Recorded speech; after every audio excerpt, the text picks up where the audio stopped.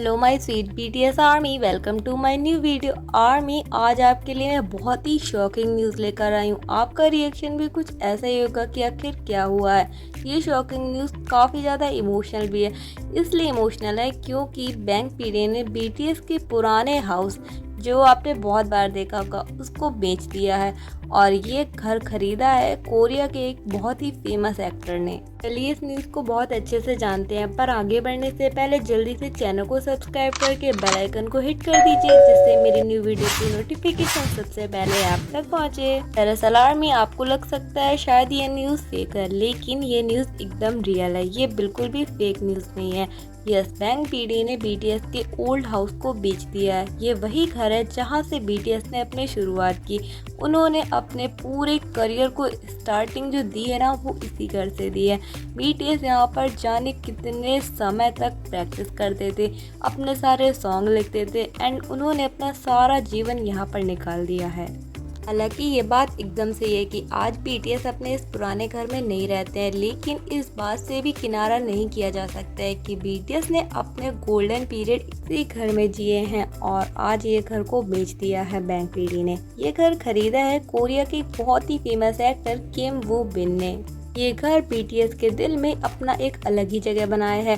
2007 से 2011 तक big hit music ने इस जगह को अपने कार्यालय के रूप में इस्तेमाल किया था, जहां पर बीटीएस सदस्यों ने अपने डेब्यू के बहुत सारे टाइम यहाँ पर गुजारे हैं। उन्होंने अपने सारे सॉन्ग, अपनी सारी कड़ी मुश्किलें और अपनी सक्सेस सब कुछ यहीं पर जिया है।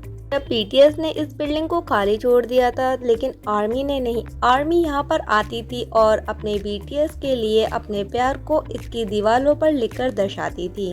लेकिन अब से आर्मी ऐसा नहीं कर पाएगी, क्योंकि अब ये पूरी बिल्डिंग है किम वो बिन की। अब ये बिल्डिंग उन्हीं के हिसाब से चलेगी, इसमें आर्मी का कोई भी इंटरफेयर नहीं होगा। किम वो बिन ने इस बिल्डिंग को खरीदकर सच में एक रिकॉर्ड ही बना दिया है। बस आर्मी उन पर ज़्यादा गुस्सा ना करे, क्योंकि इससे आर्मी बहुत ज़्यादा इमोशनली तौर पर जुड़ी हुई थी। किम वो बिन ने इस बिल्डिंग को खरीदने का जो पूरा काम है ना, वो मार्च में ही कर लिया था और इसको खरीदा उन्होंने 13.7 बिलियन वॉन, मतलब लगभग $12 मिलियन के समथिंग। एंड 11 जून को ही ये लेन देन का पूरा फाइनल डिस्कशन हो चुका था एंड तभी से ये बिल्डिंग उनके नाम हो गई थी। लेकिन इसका जो पूरा ब्यौरा है ना, अब जा कर के पता चला है हम आर्मीज को। इस बिल्डिंग में 2 बेसमेंट फ्लोर हैं और 5 ग्राउंड फ्लोर हैं। ये पूरी बिल्डिंग 315.5 वर्ग मीटर में और कुल क्षेत्रफल के हिसाब से 1316.84 वर्ग मीटर में फैली हुई है। हालांकि अब बीटीएस बहुत बड़ी बिल्डिंग में रहते हैं, ये उनके लिए काफ़ी ज़्यादा छोटी पड़ रही थी। इसी वजह से बीटीएस ने इसको हटाया था और दूसरी जगह शिफ्ट हुए थे। लेकिन आज भी ये बिल्डिंग बीटीएस के दिल में अपनी अलग ही छाप छोड़े हुए है। ये मैं ऐसे ही नहीं कह रही हूँ, बल्कि पूरे एग्जाम्पल के साथ आपको बताती हूँ ऐसा मैं क्यों कह रही हूँ। दरअसल आर्मी, जब बीटीएस का telepathy run BTS episode shoot हुआ था, तो उस पर एक क्वेश्चन पूछा गया था कि आप लोगों ने अपने सुनहरे पल कहाँ जिए हैं। तो इस पर सभी बीटीएस मेंबर्स का पता है क्या आंसर था? उनका आंसर था, हमने अपने सारे सुनहरे पल अपने पुराने हाउस में ही जिए हैं। और इसको कहने के बाद सभी मेंबर्स यहाँ पर पहुँच भी गए थे। तो है ना ये अमेजिंग बात कि सभी मेंबर्स ने एक सोचा, इसलिए क्योंकि सच में उन्होंने अपने गोल्डन टाइम को यहीं पे जिया है। और अगर आप उस रन बीटीएस को हिंदी में देखेंगे ना, तो आपको सच में पता चल जाएगा।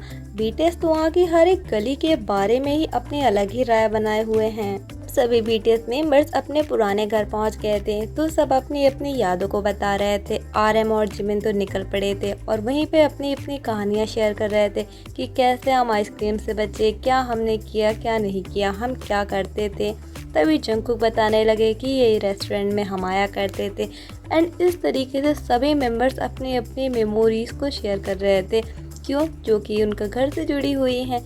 इसीलिए आर्मी को एंड बीटीएस को पक्का बहुत ज़्यादा दुख होने वाला है। और बीटीएस को तो हुआ होगा, हम लोग क्या बता सकते हैं, पर आर्मी को बहुत दुख हुआ ये जानकर एंड मुझे भी काफ़ी हुआ, क्योंकि मैं सोच रही थी कि जब कभी सक्सेसफुल हो जाऊंगी ना, तो पक्का एक बार बीटीएस के पुराने हाउस ज़रूर जाऊंगी।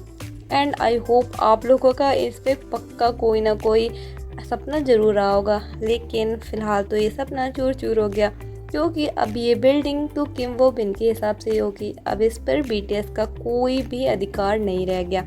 सच में ये न्यूज़ काफ़ी ज़्यादा इमोशनल है एंड हैरान करने वाली भी है। आपको पता है यार, मैंने हैरान करने वाला क्यों बोला? इसलिए बोला क्योंकि पेकेट यानी हाइप के पास तो पहले ही इतना पैसा है। इस बिल्डिंग को बेचकर वो लोग कितना ही पैसा बना लेंगे। अगर कंपनी इस घर को नहीं भी बेचती तब भी वो कंगाल नहीं हो जाएगी, और बेच देती है तब भी वो कोई बहुत ज़्यादा बड़ी अरबपति नहीं हो जाएगी। हालांकि वो अरबपति है, लेकिन इससे भी ज़्यादा नहीं हो जाएगी। पता नहीं आर्मी के साथ ऐसा क्यों किया एंड बीटीएस के साथ भी। ये सच में काफ़ी ज़्यादा अजीब है। मैं तो एकदम शॉक हो गई थी न्यूज़ सुनकर, क्योंकि बैंक पीढ़ी ऐसा कैसे कर सकते हैं। खैर अब तो कुछ नहीं हो सकता, ये सारी बिल्डिंग तो किम वो बिन की हुई। बस अब यही है कि आर्मी किम वो बिन पे कुछ हमला ना कर दे, क्योंकि आर्मी सारा गुस्सा दूसरों पे निकालती है। तो इसलिए आर्मी इसमें किम वो बिन की कोई भी गलती नहीं है। आप बिल्कुल भी उनको कुछ मत बोलना, क्योंकि अगर कोई भी बिल्डिंग बेच रही है तो कोई भी उसको खरीद सकता है। एंड मुझे कमेंट करके ज़रूर बताइएगा कि आपके हिसाब से बैंक पीढ़ी ने क्या सही किया या फिर गलत। मेरे हिसाब से बैंक पीढ़ी ने बहुत गलत किया। उनको बीटीएस की इस पुरानी और सबसे ज़्यादा यादगार चीज़ को बिल्कुल नहीं बेचना चाहिए था, लेकिन अब जो हो गया सो हो गया। एंड मुझे कमेंट करके आप ज़रूर बताना। Thanks for watching army. तब तक के लिए बाय बाय आर्मी।